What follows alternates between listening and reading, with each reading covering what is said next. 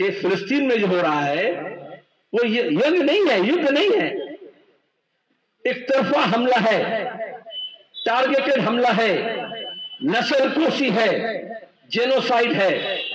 बच्चों को, नौनिहाल को, औरतों को, मरीजों को, जो डॉक्टर, जो एम्बुलेंस, जो चिकित्सा कर्मी बीमारियों का इलाज कर रहे हैं, उनके ऊपर, अस्पतालों पर हमले नहीं होते, जंग भी नहीं होते। जंग का भी कुछ अपना, जब हम सभ्य नहीं थे तब भी जो जंग होता था, युद्ध होता था, उसमें भी सूरज डूब जाने से युद्ध विराम होगा, फिर सुबह से फिर युद्ध शुरू होगा। चाहे वो कुरुक्षेत्र की बात करो, चाहे और कोई भी पानीपत के युद्ध की बात करो। हिंदुस्तान में हमारा फॉरेन पॉलिसी यही रहा कि हम जंग के खिलाफ हैं।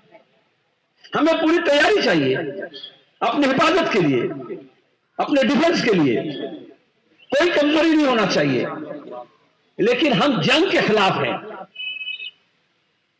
और इसलिए जो जंग जो माहौल पैदा करते हैं, चाहे देश के अंदर हो, चाहे सीमा पर हो, चाहे विदेश में हो, हम उस जंग के खिलाफ हैं। आखिर जंग कोई मसले का हल नहीं है, जंग खुद एक मसला है। हमने खाड़ी युद्ध को झेले हैं। आज हमारी जो महंगाई है, आज जो हमारे आप स्कूटर में हो, पेट्रोल भरते हो, डीजल भरते हो, ये सब का कीमत जंग के साथ जुड़ा हुआ है। और जैसे आपने कहा कि फिलिस्तीन में जो हो रहा है वो यज्ञ नहीं है, युद्ध नहीं है, एक तरफा हमला है, टारगेटेड हमला है, नस्लकुशी है, जेनोसाइड है। बच्चों को, नौनिहाल को, औरतों को, मरीजों को, जो डॉक्टर, जो एम्बुलेंस, जो चिकित्सा कर्मी बीमारियों का इलाज कर रहे हैं, उनके ऊपर, अस्पतालों पर हमले नहीं होते, जंग भी नहीं होते। जंग का भी कुछ अपना, जब हम सभ्य नहीं थे तब भी जो जंग होता था, युद्ध होता था, उसमें भी सूरज डूब जाने से युद्ध विराम होगा, फिर सुबह से फिर युद्ध शुरू होगा। चाहे वो कुरुक्षेत्र की बात करो, चाहे और कोई भी पानीपत के युद्ध की बात करो। तो प्रस्ताव तो ये था कि मानवता के खातिर, ह्यूमन ट्रूथ, युद्ध विराम हो। यूएन में ये प्रस्ताव आया और पूरे विश्व में हम ये माने जाते थे, हम 77 देश के मुल्क के लीडर थे। एशिया, अफ्रीका, लैटिन अमेरिका, कहीं भी जंग हो, यूएन में भारत की आवाज गूंजती थी अमन के लिए, शांति के लिए। और पहली बार, ये कोई आसान बात नहीं है, हम अपने आजादी की धरोहर से, भारतीय सभ्यता और संस्कृति से, मानवता से हम अपने को दूर किए, हमारा भारत सरकार। इसलिए हम यह इकट्ठा हुए बताने के लिए, सरकार की फैसला जनता की फैसला नहीं होती है। और यूएन रेजोल्यूशन में युद्ध विराम के लिए, मानवता के खातिर जो प्रस्ताव आया, अमेरिकी दबाव में और इजराइल की यारी से, भारत सरकार के विदेश मंत्रालय, प्रधानमंत्री के निर्देश से वो युद्ध विराम के बारे में हमारा कोई बात नहीं है। और व्हाट्सएप में बताता ना, यूक्रेन का युद्ध को खत्म करने के लिए मोदी जी कोई पहल कर रहे हैं। पूरे दुनिया के सब मामले में यह हल यहां से हो रहा है, नागपुर से हो रहा है। कितना बेवकूफी आप समझ लो।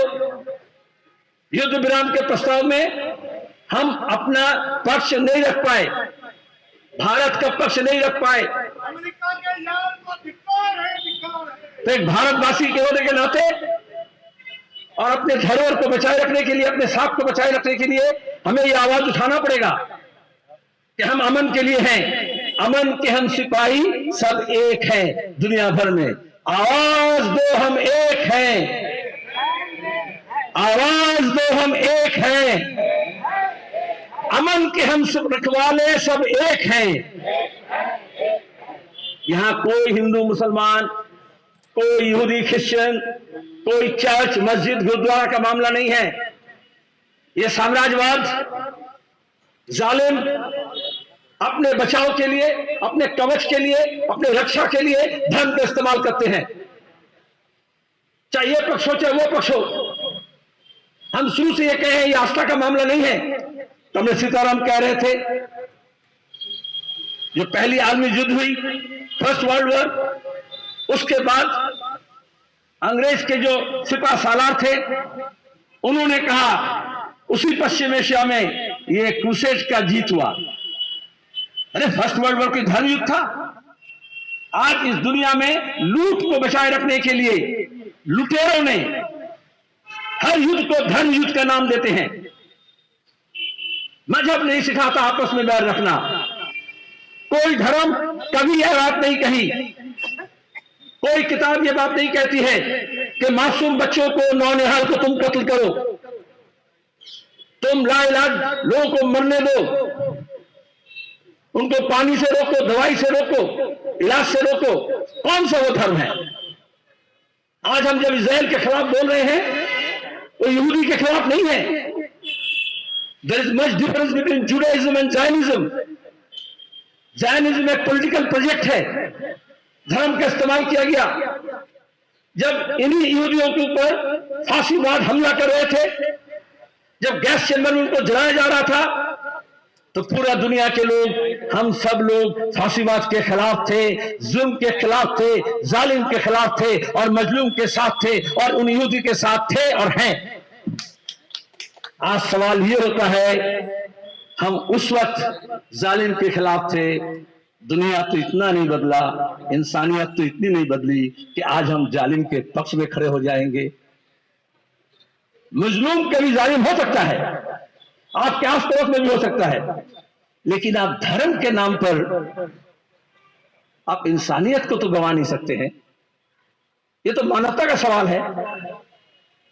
तो उस वक्त, बल्कि आज जो लोग यहां पे जायनवाद और इजराइल को लेकर के चीख रहे हैं रोजाना व्हाट्सएप में, फेसबुक में, चाहे हमारे सरकार में बैठे हो, चाहे नागपुर में बैठे हो, चाहे आपके मोहल्ले में हो, आपके दोस्त बन के हो, उस वक्त वो हिटलर के साथ थे और गैस चैम्बर में जब मासूम यहूदियों को मारा जा रहा था उसके खिलाफ थे।